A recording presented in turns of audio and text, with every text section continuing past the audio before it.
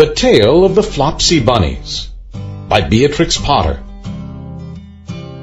It is said that the effect of eating too much lettuce is soporific. I have never felt sleepy after eating lettuces, but then I am not a rabbit. They certainly had a very soporific effect upon the Flopsy Bunnies. When Benjamin Bunny grew up, he married his cousin, Flopsy. They had a large family, and they were very improvident and cheerful. I do not remember the separate names of their children.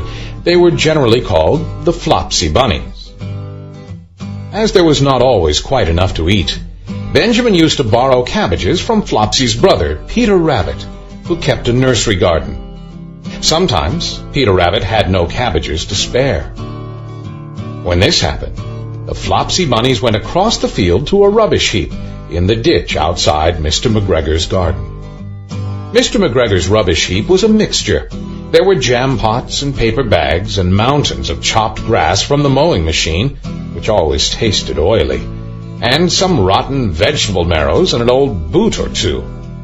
One day, oh joy, there were a quantity of overgrown lettuces, which had shot into flower. The Flopsy Bunnies simply stuffed lettuces. By degrees, one after another, they were overcome with slumber and lay down in the mown grass. Benjamin was not so much overcome as his children. Before going to sleep, he was sufficiently wide awake to put a paper bag over his head to keep off the flies. The little Flopsy Bunnies slept delightfully in the warm sun. From the lawn beyond the garden came the distant clackety sound of the mowing machine. The bluebottles buzzed about the wall, and a little old mouse picked over the rubbish among the jam pots. I can tell you her name. She was called Thomasina Tittlemouse, a wood mouse with a long tail. She rustled across the paper bag and awakened Benjamin Bunny. The mouse apologized profusely and said that she knew Peter Rabbit. When she and Benjamin were talking close under the wall, they heard a heavy tread above their heads, and suddenly Mr. McGregor emptied out a sackful of lawn mowings right on top of the sleeping Flopsy Bunnies. Benjamin shrank down under his paper bag. The mouse hid in a jam pot. The little rabbits smiled sweetly in their sleep under the shower of grass. They did not awake because the lettuces had been so soporific. They dreamt that their mother Flopsy was tucking them up in a hay bed. Mr. McGregor looked down after emptying his sack. He saw some funny little brown tips of ears sticking up through the lawn mowings. He stared at them for some time. Presently, a fly settled on one of them, and it moved.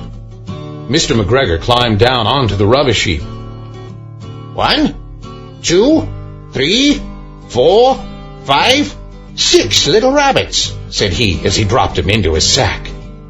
The Flopsy Bunnies dreamt that their mother was turning them over in bed.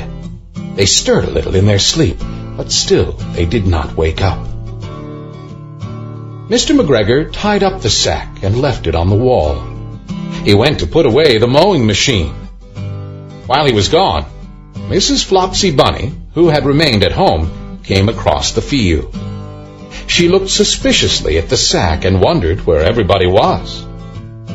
Then the mouse came out of her jam pot, and Benjamin took the paper bag off his head, and they told the doleful tale. Benjamin and Flopsy were in despair. They could not undo the string. But Mrs. Tittlemouse was a resourceful person. She nibbled a hole in the bottom corner of the sack. The little rabbits were pulled out and pinched to wake them. Their parents stuffed the empty sack with 3 rotten vegetable marrows, an old blacking brush, and 2 decayed turnips. Then they all hid under a bush and watched for Mr. McGregor. Mr. McGregor came back and picked up the sack and carried it off. He carried it hanging down, as if it were rather heavy. The Flopsy Bunnies followed at a safe distance. They watched him go into his house, and then they crept up to the window to listen.